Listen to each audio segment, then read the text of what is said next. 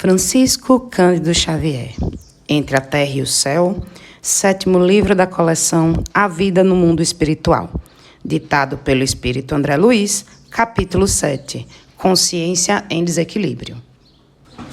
Consoante as recomendações que havíamos recebido, aguardamos Dona Antonina no estreito recinto em que se processara o culto familiar. Agora, conseguimos reparar o ancião desencarnado com mais atenção, conservando integrais remanescentes da vida física, abatido e trêmulo, parecia inquieto, desmentado. Tentamos debalde uma aproximação. Não nos via. Lembrei ao meu companheiro que poderíamos densificar o nosso veículo pela concentração da vontade e apressar-nos na providência. Em momentos breves, fornecendo a impressão de recém-chegados, atraímos-lhe o interesse. O velhinho precipitou-se para nós, exclamando: "São oficiais ou praças? Estão pró ou contra?" Aquele olhar, engazeado, era efetivamente de um louco. Hilário e eu trocamos impressões de curiosidade e espanto. E antes que nos pronunciássemos, começou a chorar, convulsivamente, acentuando: "Quem trouxe aqui a ideia de perdoar? Em que ponto me situaria na questão? Devo perdoar ou ser perdoado? Não entendo a necessidade de discussão em torno de um assunto como este entre fraca mulher e 3 crianças. Comentários dessa natureza devem ser reservados para pessoas aflitas como eu, que trazem um vulcão no centro do crânio." Assim dizendo, alteravam-se-lhe as feições fisionômicas. Afigurou-se-nos mais distante da realidade, mais inconsciente. Gritando quase, continuou: "Tudo teria sido modificado se me houvessem facultado o encontro com o novo generalíssimo. Sua Alteza compreender-me-ia a situação. De propósito do Marechal requisitar-me para seu serviço exclusivo. Entretanto, por influência do meu miserável perseguidor, sofri transferência injusta." Nosso inesperado amigo vasculhou com os olhos os recantos da sala, qual se temesse a presença de alguma testemunha invisível, e prosseguiu: "Ouçam, porém, o que lhes digo. Não somente pretendia afastar-me dos favores do Marechal doente, mas planejava furtar-me a mulher, Lola Ibaruri. Como não haveria de querê-la com a paixão que me inspirou? Por que teria eu de seguir para o fecho dos morros? O intento de me prejudicarem era evidente. Sem dúvida, fui constrangido a sair, mas não fui além da Taquaral. O general Polidoro não me abandonaria. Devia regressar a Luque, e regressei. O infame Esteves, contudo, agira sem descansar. Além de assaltar-lhe os direitos de enfermeiro do quartel-general, desviar a atenção de Lula. A formosa Ibaruri não mais me pertencia. Entregar-se ao amigo desleal. Na nossa pequena chácara de laranjeiras e nos jardins estavam esquecidos. Quem disse que não me sacrifiquei na aquisição da encantadora casinha, por mim confiada à pérfida mulher? Durante um mês longo e terrível, suspirei pelo retorno aos carinhos dela. Quando tornei ao lar, naquela estralada noite de maio, encontrei-a nos braços do traidor. Lola tentou desculpar-se, mas surpreendi-os juntos. Quis vingar-me de imediato, espantando-o com meu punhal. Todavia, as tropas deixariam a cidade. Daí a 3 dias... E o meu inimigo, que se erguera na sombra, ante a minha aproximação, deu-se pressa em viajar, a serviço, rumo a Itaguá. O ódio passou a dominar-me, enseguecendo-me. Encontrando-lhe-ia em alguma parte, abraçá-lo-ia com a mesma cordialidade fingida com que me abraçara pela primeira vez, e arrancar-lhe-ia a vida. Assim fiz. Aparentei ignorar a realidade e busquei-o sorrindo. E sorrindo, envenenei-o. Creiam, contudo, que somente me abalancei a semelhante ato, porque ele era imprudente, libertino e cruel. Assassinar-me-ia se eu não tivesse o arrojo de liquidá-lo. Fez breve pausa e, em seguida, ajoelhando diante de nós, passou a clamar de novo em voz alta: "Oh, para mim, estou certo de que pratiquei a justiça, mas este homem realmente não me abandona. Lutei tanto, casei-me e organizei grande família. Devotei-me à religião, desfrutei os benefícios dos santos sacramentos e admiti que tudo estivesse amplamente solucionado. Entretanto, depois de retirar-me do corpo físico sobre a imposição da velhice e da enfermidade, longe de encontrar o céu que parece cada vez mais distante de mim, reconheço que este homem continua a perseguir-me por dentro. Faz muitos anos que me despedi dos ossos fadigados e perambulo, aflito e infeliz, carregando o inferno dentro de mim. A princípio, procurei o sepulcro, na esperança de soerguer os meus restos e esconder-me neles, esquecer. Compreendendo, porém, que meu desejo era de todo frustrado, fugi para sempre do lugar que me asila os despojos e devoro as ruas e praças, buscando autoridades que me socorram. Depois de passar as mãos pelo rosto, enxugando as lágrimas, continuou: Ó senhores, quem são? Ainda mesmo que meu erro fosse tão clamoroso assim, tanto tempo de convívio com este monstro a fitar-me imperturbável, não bastaria a expiação que me compete ao resgate? Se eu confessasse o crime e me demorasse por menos tempo no cárcere, não estaria redimido diante dos tribunais?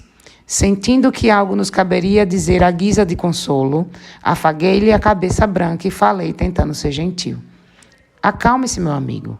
Quem de nós não terá desacertado no caminho da vida? Sua dor não é única. Também nós trazemos o espírito pejado de aflitivas recordações. As lágrimas de desesperação desajudam a alma. Pelas situações que ouvíamos, percebi que nosso interlocutor se portava ao tempo de guerra do Paraguai e, buscando penetrar o labirinto de suas palavras, que estabeleciam ligação do passado com o presente, indaguei. A que novo generalíssimo se refere? Ignoram? E dando-lhes a ideia de que vivia profundamente arraigado a particularidades do pretérito, aduziu. Recordo-me com precisão. Sim, a proclamação dele era de 16 de abril. Príncipe de Gastão de Orleans era o novo comandante em chefe, mas muito me pesava o afastamento do marechal. Qual deles? Perguntei, reavivando-lhe a memória. O marechal Guilherme Xavier de Souza. Era meu amigo, meu protetor. Doente e cansado, precisava de mim. Contudo, afastaram-me dele, Esteves, o cão infiel. Nesse instante, porém, a voz extinguiu-lhe a garganta. Esbavulharam-se os olhos e, como se estivesse atenazado no íntimo das forças por forças terríveis, insondáveis à nossa observação, começou a queixar-se desesperado. Não posso continuar. Novamente ele, a crescer dentro de mim. Observa-me com asco e ainda lhe ouço as últimas palavras do extentor da morte. Não, bradava ele agora, com evidentes sinais de angústia. Hei de libertar-me, tenho fé. Comovidamente, acerquei-me do pobrezinho e considerei. Sim, meu amigo, a fé representa o milagroso salva-vida de nossos naufragos. Você tem orado? Tem pedido a Jesus amparo e assistência? Sim. E ainda não lhe chegou qualquer sinal de socorro celeste? O infernado centralizou em mim o olhar inquieto e informou. Há alguns dias, fui à igreja do Rosário, recordando como sempre a visita que fiz até lá, na véspera da minha partida para a guerra, e tanto rezei que tive a felicidade de ver o marechal, que me apareceu de súbito. Estava mais moço, incompreensivelmente refeito. Roguei-lhe proteção, ao que me respondeu, informando que meu caso seria tomado a bom preço e que eu descansasse, pois ainda que nossos erros sejam grandes, maior é a compaixão de Deus que nunca nos desampara. E exibindo um gesto profundo de abatimento, acrescentou: mas até agora não tive nenhum sinal de renovação no caminho. Acariciei-lhe a nevada cabeça e considerei comovidamente. Esteja convencido, porém, de que a bondade de Jesus não nos faltará. Prometa-me ajudar-me, compasseda-se de mim, gritou o infeliz. De coração, intimamente tocado pelo semelhante apelo, hipoquetelei-lhe a decisão de colaborar em sua paz e soerguimento. Quando o infortunado ancião procurava abaçar-me, Clarencio chegou, guiando a outra pupila que nos acompanharia à excursão. Simpático e humilde, após cumprimentar-nos, manteve-se à distância. O mentor, num átimo, compreendeu o que se passava. Vimo-lo concentrar-se por momentos, desenfinando-se para auxiliar com mais presteza. Saudado pelo velhinho, afogou-lhe a fronte e avisou-nos. Permanece dementado. A mente dele fixou-se em recordações que o obcecam. Mais experiente que nós outros, guardou-o nos braços com paternal carinho, conquistando-lhe a confiança e inquiriu. Que procura, meu irmão? Venho suplicar socorro de Antonina, minha neta. É a única pessoa que se lembra de mim com amor. Dentre os numerosos membros de minha família, só ela me oferece asilo na oração. E, porque reiniciasse as referências lamuriosas, o ministro colocou a destra sobre a cabeça do nosso interlocutor, como a sondar-lhe o íntimo em minuciosa perquirição, e em seguida informou. Temos aqui nosso irmão Leonardo Pires, desencarnado há cerca de 20 anos. Quando jovem, foi empregado do Marechal Guilherme Xavier de Souza, e hoje conserva a mente detida num crime de envenenamento em que se envolveu, quando integrava as forças brasileiras acampadas em Piraju, no Paraguai. Podemos conhecer o delito em suas particularidades, na tela das recordações que o atormentam. É um domingo de festa em campanha, 11 de junho de 1869. A missa é celebrada em pleno campo por Frade Caputinho. E o conde Deu, com a luzida oficialidade do seu quartel-general, está presente. Nosso amigo, muito moço ainda, aparece no corpo da infantaria. Não se mostra, porém, interessado nas graves advertências do sacerdote, no ato religioso, nem no apelo ardente e patriótico do generalíssimo, que pronuncia brilhante e inspirada a locução para os convidados. Fita com impertinência um companheiro recém-chegado de Itaguá, enfermeiro em serviços especiais. É José Esteves, irrequieto brasileiro de olhos escuros e inteligentes, de garboso porte, com seus 30 anos bem feitos. Partilha com nosso amigo o afeto da linda mulher desquitada, que abandonou o marido e o filho pelo prazer da aventura.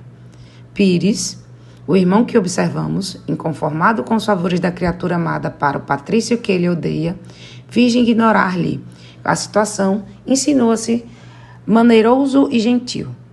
Terminada a festa, convida Esteves para a refeição mais íntima e, juntos, comentam entusiásticos as noitadas do rio, ansiosos pelo retorno às seduções da retaguarda. Esteves entrosar-se com as impressões de Leonardo, confia nele e conversa locais, até que um vingativo colega, na taverna improvisada, lhe oferece um copo de vinho com veneno fatal. O companheiro bebe, experimenta estranhas vertigens e morre pagrejando. O acontecimento é recebido com admiração. Um médico argentino é chamado a opinar e verifica um envenenamento. Contudo, as autoridades julgam o silêncio mais acertado. As tropas deveriam seguir rumo a Paraguai, e o caso é encerrado sem maior investigação.